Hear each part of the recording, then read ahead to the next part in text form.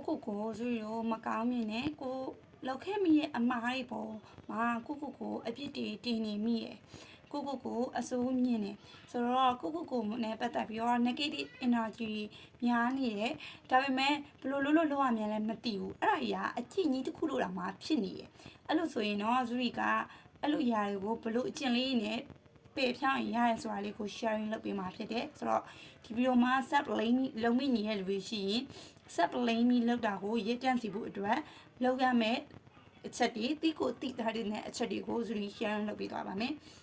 အဲ့တော့ပထမဆုံး0ကိုအပြစ်တင်နေအပြစ်ကိုအပြစ်တင်နေတာကတော့လူတိုင်းသိလိမ့်မယ်เนาะဘာလို့ဆိုလူတိုင်းเนาะကိုအပြစ်တော့တင်မှုကြမှာပဲကိုတို့ပေါ့လုပ်ငန်းတစ်ခုလုပ်လိုက်တယ်အဲ့မှာအမှားဖြစ်လာတယ်အဲ့အမှားဖြစ်လာတဲ့ပုံမှာဇူတို့အနေနဲ့အများသောအဖြစ်ဘယ်လိုမျိုးအပြစ်တင်လဲဆိုရင်ကိုယ့်ရဲ့သေးပေါ့เนาะကိုယ့်ရဲ့ identity ကိုတွားပြီးတော့အပြစ်တင်တယ်ငါမကောင်းလို့ငါမတော်လို့ငါအတုံးမကျလို့စသဖြင့်အပြစ်တင်ကြတယ်အဲ့ဒါကမှန်လားဆိုရင်မမှန်ဘူးเนาะ 100% မှားနေတယ်သူတို့အမားနေပြီးတော့သင်ခန်းစာယူရဆိုတဲ့စကားလုံးကိုလည်းကြားဘူးလိမ့်မယ်အမားနေသင်ခန်းစာယူဆိုရင်သူတို့အဲ့အမားတွေကလည်းလုံးမိနေမှာပဲအမားတွေလုံးမိနေမယ်အဲ့အမားတွေသင်ခန်းစာယူဖို့ဆိုရင်အဲ့အမားတွေလုံးမိရဆိုလို့လုံးမိတဲ့အခါတိုင်းမှာကိုအပြစ်တင်နေရုံနဲ့မရဘူးသူတို့အနေနဲ့အဲ့မားလာပြီဆိုရင်အဲ့အမားဖြစ်ရတဲ့အကြောင်းယူရှာကြည့်ရတယ်ဘာကြောင့်မှားရလဲဘာလို့မှားရလဲအဲ့လိုမျိုးဘာကြောင့်မှားရလဲဘာလို့မှားလဲဆိုတော့အမားဖြစ်ရတဲ့အကြောင်းယူကိုရှာကြည့်ရတယ်အဲ့လိုအမားဖြစ်ရတဲ့အကြောင်းယူရှာရင်အမားဘာကြောင့်မှားရလဲဆိုတာကိုသိမယ်အဲ့ခါမှာပြင်လို့ရတယ်အမားကိုလုံးမရနဲ့ကိုအပြစ်မတင်နဲ့ဘာကြောင့်မှားရတာလဲဘာလို့မှားရတာလဲဘယ်နေရာလေးလွဲသွားလို့မှားသွားတာလဲအဲ့လိုမျိုးပေါ့နော်အမားဖြစ်ရတဲ့အကြောင်းရင်းကိုရှာပြီးနောက်တစ်ခေါက်ထပ်မဖြစ်ရအောင်စင်ကြင်မယ်အဲ့အမားကိုပြင်ဆင်နိုင်ရင်တော့ပြင်ဆင်လိုက်မပြင်ဆင်နိုင်သေးဘူးဆိုလို့ရှိရင်နောက်တစ်ချိန်မှာအဲ့လိုပုံစံမျိုးထပ်မဖြစ်အောင်လို့ဇူးယူနေနေသတိထားမယ်အဲ့ရနေပြီးတော့သင်ခန်းစာယူတယ်အဲ့တော့ပထမတစ်ချက်ကကို set လိမ့်မိလက်မှုနေတာရက်တက်မို့ဆိုရင်ဇူးယူနေအပြစ်တင်တဲ့နေရာမှာအမားလုံးမိတိုင်းမှာကိုအပြစ်တင်တာတဲ့ဘယ်နေရာမှားသွားလဲဘာကြောင့်မှားသွားလဲဘာအကြောင်းကြောင့်မှားသွားလဲအဲ့လိုမျိုးအမားဖြစ်ရတဲ့အကြောင်းရင်းကိုရှာပြီးတော့သင်ခန်းစာယူနိုင်မှုလိုတယ်ပြီးကြတော့ဇူးရင်ရဲ့ကိုဇူးတို့မှာတငယ်ချင်းတွေရှိကြတယ်ဟုတ်ဇူးတို့တငယ်ချင်းတွေအမားလုံးမိရဆိုလို့ရှိရင်ဇူးတွေနဲ့တက်နိုင်သမျှအနေနဲ့များတော့သူတို့ကိုဘယ်လိုပြောနှစ်သိမ့်ပေးကြတယ်နှစ်သိမ့်ပေးတယ်သူတို့တွေလုံးဝဝမ်းနဲ့ညီရဲ့ကိုအပြစ်တွေတင်းနေမိရင်ကိုအပြစ်တွေမတင်းနေမိအောင်ဘေးနားနေပြီးသူတို့အားပေးစကားတွေပြောတယ်အဲ့လိုပဲသူတို့ကိုလည်းအားပေးစကားပြောဖို့လိုတယ်သူတို့လည်းလူသားဖြစ်တဲ့အတွက်ကြောင့်သူတို့ကများသောအားဖြင့်တော့တငယ်ချင်းညီဆိုရင်တော့မိတ်ဆွေပေါင်းသိနေဆိုရင်တော့သူတို့အားပေးစကားပြောဖို့ဘေးကနေပြီးတော့နှင်းသိပြီးဖို့ကမခက်ခဲကြဘူးเนาะအကုန်လုံးလုပ်ဖို့ ready ဖြစ်ပေမဲ့ကိုတိုင်းအမလုံးမိတဲ့အခါကြာရင်တော့ကိုနှင်းသိပြီးဖို့ကိုအားပေးဖို့သူတို့လိုမေ့နေတတ်ကြတယ်အဲ့ဒါကြီးကတော့မေ့နေလို့မကောင်းဘူးပေါ့နော်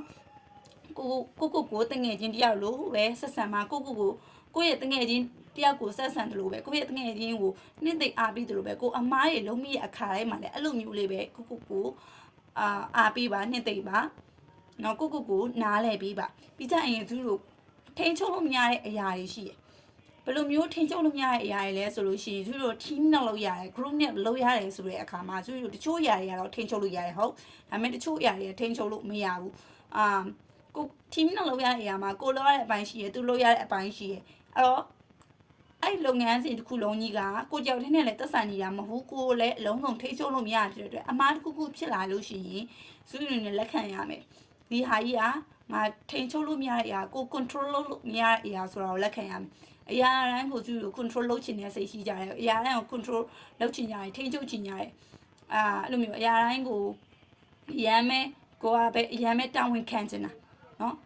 ရမ်းမဲတာဝန်ခံချင်တယ်တခုဆိုလို့ရှိရင်လေကိုကောင်းပေါ်ပဲပေါ့နော်အဲ့လိုမျိုးမဖြစ်ပါနဲ့အဲ့လိုကိုကောင်းပေါ်အခုဆိုကိုပဲတာဝန်ခံလိုက်တယ်ကိုကောင်းပေါ်ပဲအပြစ်တင်ခံလိုက်တယ်ပြီးကြရင်ကိုလည်းအပြစ်တွေတင်နေသေးတယ်အဲ့လိုမျိုးလုပ်ပါနဲ့ကိုတိုင်းထိန်းချုပ်ထားလို့မရတဲ့အရာတွေရှိတယ်ငါကိုတိုင်းထိန်းချုပ်လို့မရတဲ့အရာတွေကြောင့်ဖြစ်သွားတယ်ဆိုတာကိုလည်းသူတို့လက်ခံရမယ်အဲ့ဒါနဲ့တစ်ဆက်တည်းဘာလို့လက်ခံရမလဲဆိုရင် everything is not perfect အရာတိုင်းကမပြည့်စုံဘူးဆိုတာကိုလက်ခံရမယ်အရာတိုင်းကမပြည့်စုံဘူးဆိုတာကိုလက်ခံရမယ်အရာတိုင်းကိုသူတို့ပြည့်စုံခြင်းနဲ့အမားကင်းခြင်းနဲ့ချိုးယွင်းချက်တစ်ခုတလေမှတော့မရှိခြင်းဘူးအဲ့ဒီအခါမှာချိုးယွင်းချက်သေးလေးဖြစ်လို့ရှိရင် တေးသေးလေးကစားကွာသူတို့ကမှစိတ်မောရတယ်မပြောမှဆိုသူတို့ကကိစ္စproject ကြီးတစ်ခုကို project ကြီးတစ်ခုလုံးနေရဆိုတော့လုံးနေကမှသူတို့ကအမတေးသေးလေးကစားအဖြစ်မဖြစ်ချင်ဘူးနည်းနည်းတေးသေးလေးကစားမှမဖြစ်ချင်ဘူးအဲ့ခါမှာ project ကလည်းကြီးရယ်လောက်ရရလည်းများတယ်တေးသေးလေးမှလည်းအမမခံနိုင်ဘူးမခံနိုင်ဘူးဆိုတော့မှားမယ်လို့တော့ဆိုလိုတာမဟုတ်နော်အကောင်းဆုံးဖြစ်အောင်တော့လုပ်ရမယ်ဒါပေမဲ့အမှားပါလာရင်လည်းလက်ခံနိုင်ရမယ်ပြောချင်တာက everything is not perfect ဆိုတာကိုလက်ခံထားရပြီးအမှားပါလာရင်လည်းမှားသွားပါလားဆိုတာကိုလက်ခံနိုင်မှာအဲ့ဒါကြီးကိုလက်မခံနိုင်ပဲနဲ့ဘာလို့ဖြစ်ရလဲဘာကြောင့်လို့ဖြစ်ရလဲငါဘာလို့အသုံးချခဲ့လို့လဲဆိုပြီးကိုယ့်ကိုပြန်ပြီးအပြစ်တင်တဲ့အပိုင်းကြီးရောက်သွားအောင်လို့အဲ့တော့ဇူရီယာ everything is not perfect ဆိုတော့လက်ခံထားမယ်လို့ပြောရတယ်ငါတို့မှားမယ်ဆိုတာမျိုးယူပြောတာမဟုတ်ဘူးအကောင် process ခုလုံးမယ်ဆိုသူတို့အကောင်းဆုံးဖြစ်အောင်လုပ်ရမယ်အကောင်းဆုံးဖြစ်အောင်လုပ်တဲ့နေရာမှာအမားဆိုတာမျိုးဟာချိုးရင်းချက်ဆိုတာမျိုးဟာရှိနိုင်တယ်အဲ့ခါမှာလေသူတို့နေနဲ့မှားသွားတယ်ဘယ်နေရာမှားသွားတာလဲအဲ့နေရာလေးကတော့မှားသွားတယ်ငါအဲ့နေရာလေးနောက်တစ်ခေါက်ကြာရင်တော့ရှောင်ရမယ်ပြင်ရမယ်အဲ့လိုမျိုးလက်ခံနိုင်ရမယ်နော်အဲ့လိုလက်မခံနိုင်ဘူးဆိုကိုရိုင်းပဲပူလာမှာကွာယူတို့သိပါတယ်ကိုရိုင်းပဲအရင် product ပြင်စက်တွေများတယ်တေးသေးလေးကစားနင်းလေးကစားလွဲသွားတာကိုလက်မခံနိုင်တဲ့ခါမှာအရင်ဆုံးဘယ်သူမှမပူလိုက်ရင်ကိုရိုင်းပဲအရင်ဆုံးပူလောင်ရတယ်နောက်ဆုံးတစ်ချက်ကသူတို့ journaling ရေးတာ self blaming လုပ်တာကို journaling ရေးရတယ်လေကြော်ဖြတ်လို့ရတယ်ဘယ်လိုမျိုးလဲဆိုရင်သူတို့ကိုအပြည့်တင်စိတ်တွေရှိနေရင်အဲ့အရာတွေကိုစာဖို့မှာချရေးလိုက်တာစာဖို့မှာချရေးပြီးတော့ချရေးလိုက်ပြီးတော့လို့ရှိရင်